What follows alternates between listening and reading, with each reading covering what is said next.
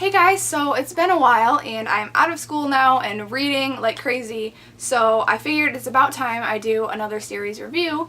The first thing that I want to mention though today is since I made my last review video, I created a Goodreads account, and in case you haven't heard of it, it's a website where you can create an account and search for books that you've read or you want to read and add them to lists under to read, read, or currently reading. And I will put a link in the description below to my Goodreads account so you can see all of the books that I've read in the past and the book that I'm reading now and my progress throughout reading my books. And there's also reviews on there about the different books that I've read, so in case you don't want to watch these and you'd rather read about what I thought about books, you can do that. Also, create your own account and invite your friends and see what they're reading so you can share with them what you're reading and vice versa. So today I am reviewing the Delirium series. This is Delirium. I also have Pandemonium and Requiem, which are books 2 and 3. They are up there, probably out of the frame. But I do have them, and I read all 3 of them, and honestly, Delirium was a really great book. It had a really cool idea about how love is outlawed, how it is kind of the root of all evil, and how it eventually corrupts you. In this society, they believe that love will eventually kill you and kill the people around you because they see all the bad things that it does and the unhappiness that it causes. So in their opinion, they are making this kind of perfect, blissful, flawless society where everyone is happy. The main character is Lena, and she meets a boy named Alex. And in the first book, it's kind of focused around them and their relationship, and kind of he bursts her bubble on everything that she thought was true about life and about the society and about love.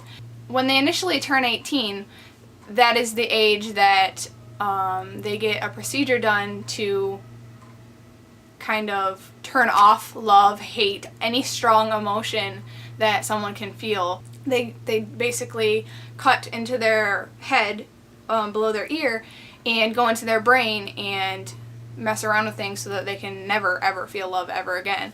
And throughout the book, she eventually starts to feel things for Alex, and the way she puts it is she's getting sick.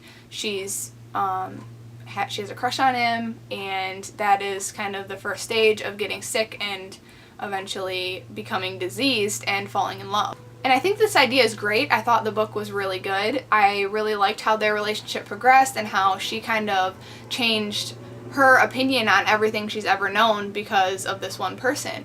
And she realizes that love may be hard, but it's worth eventually dying for love because it's such a wonderful feeling. Which comes to the end of the book where they need to escape this society and climb over the fence that's been put up. It's an electrical fence, and although the government has told them that it is on all the time, it's not, and that allows them to escape. As Lena gets over the fence, she looks back and realizes that Alex has sacrificed himself in order for her to get to safety. And I think that that gesture kind of shows what love truly is, and it really gives the book definition and the plot meaning. But that all kind of falls apart, in my opinion, in Pandemonium, because she assumes that Alex died, although she didn't see him die, and she moves on without him and creates this life in the wilds without him.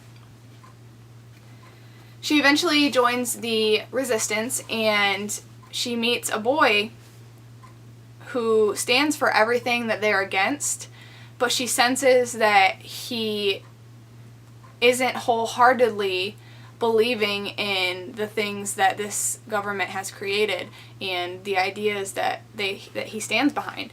And that's fine and dandy, but she already loved this other boy, Alex, and she is now just presumed him dead and she just pretty much gives up on him, doesn't look for him, doesn't do anything when she goes back to joining the resistance. And she has feelings for this new boy and like cuddles with him and eventually kisses him, and she never actually says that she loves him like she told Alex that she loved him. But it's really frustrating to me. But I guess that's a teen novel for you. This whole love triangle crap, it's just kind of, I'm sick of it at this point, honestly. So at the end of Pandemonium, she realizes that Alex is still alive because he joins them at their camp, and he actually walks in on her and Julian, this new boy, and realizes, wow, she's moved on. What a bitch. And he's kind of this new person now. He's more hard and reserved and doesn't show a lot of emotion. And throughout the last book, which is Requiem, he kind of stays his distance from her. And although they kind of start to mend things and they watch each other from the corner of their eye and they know that the other person is there, she's still like sleeping with Julian in the same bed. And she gets jealous because Alex is crushing on this new girl named Coral. And it's just stupid. Like, you're with this other dude, but you can't, like, watch him with Coral. I mean, like, I understand that that's something hard to do, but he's doing it. He has to watch you, so how is it fair that you don't watch him? And it turns out that Coral doesn't really mean anything to Alex. Alex is still in love with Lena. At the end of the book, Alex and Lena exchange a few words where Alex asks Lena if she loves him, and she says that she never stopped, but it's more complicated than that. And he kisses her, and he says that he's never going to leave ever again, and she says, I don't want you to. So that suggests that they eventually get back together, but the book ends where she joins Julian at the wall to take down this big, like, cement wall that the city's put up for the resistance, and that's cool. I like how the book ends with them taking down these walls. It shows that the society has kind of rebelled against this idea, and hopefully everything will go back to normal as far as like people falling in love and all of that. But there is not any closure on her kind of closing her relationship with Julian and going back to Alex, and I think that's kind of ridiculous where you have this love triangle and you have her fall in love with this boy and then fall away from him, I guess, kind of, and then crush on this other boy, and it's just, it wasn't well written in my opinion from the second book to the third book. I liked Delirium, but I wouldn't really suggest this to anyone. I wouldn't want them to read through all the stupid love triangle stuff. I mean, I guess it's okay for teenagers if they want to read this, I guess. So, the final thing that I would like to talk about is the rumors about the series becoming a movie or a TV show. I first heard that it was becoming a movie, and that's cool and everything, and I looked up who was playing the characters, and I was like, no, these people do not portray who I envisioned as Lena, Alex, and Julian at all. But whatever. Then I heard that it was going to be possibly picked up as a TV show, and then I was like, what the heck? Why would you turn 3 books into a TV show? And not only that, but the script that was leaked for the first episode was the entire Delirium book, all in one episode, and I'm like, what? No. And anyways, it recently got denied by the station. I think it was like ABC or something like that. But I'm glad that it did. Honestly, I don't care if it becomes a movie or a TV show. I don't like who they've picked to act. I don't particularly like the books very much, and that is why I give this series a 3 out of 5. I usually don't rate these kind of things, but now that I'm on Goodreads, I'm kind of used to it.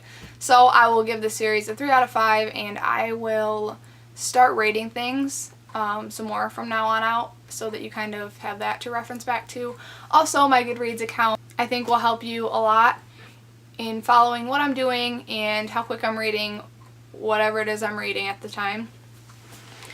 Next, I was thinking about reading either Matched, Crossed, and Reached or the Mortal Instruments books, and I decided to read the Mortal Instruments because I heard that the Matched series has another love triangle, and I'm not too excited to read about another one of those. I won't go into much detail about that right now. I am almost done with the first book. I believe there's 4, possibly more, but I've seen 4, and then there's another series that kind of links on with these books as well. So it'll be a while until I make another one of these videos, but it will be a good one when I end up making it. Follow me on Goodreads so you know where I'm at with the series. I am going to make my video at the end of each series, so if you want to know about the book that I was reading, I will be posting reviews on each and every book, so that way if you want to start them, you can and see what I think about them.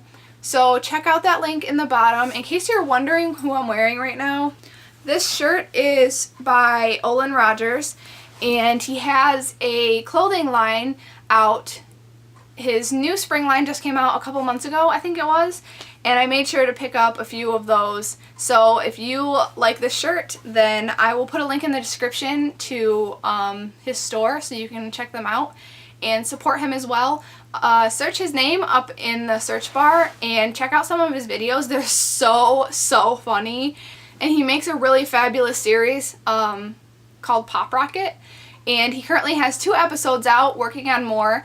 He's also going on a tour across the US this summer called the Eat a Slice With Me tour. It's going to be really fun. He got Jones Soda to donate some soda for the tour. They're going to be having pizza, and it's basically like a giant meetup pizza party. So if you want to check that out, I will put that link in the description as well. I know this is a lot of links and this video is getting lengthy, so I will talk to you guys after I finish the Mortal Instruments series. Check out my Goodreads, and I will see you guys in a while. Okay, bye.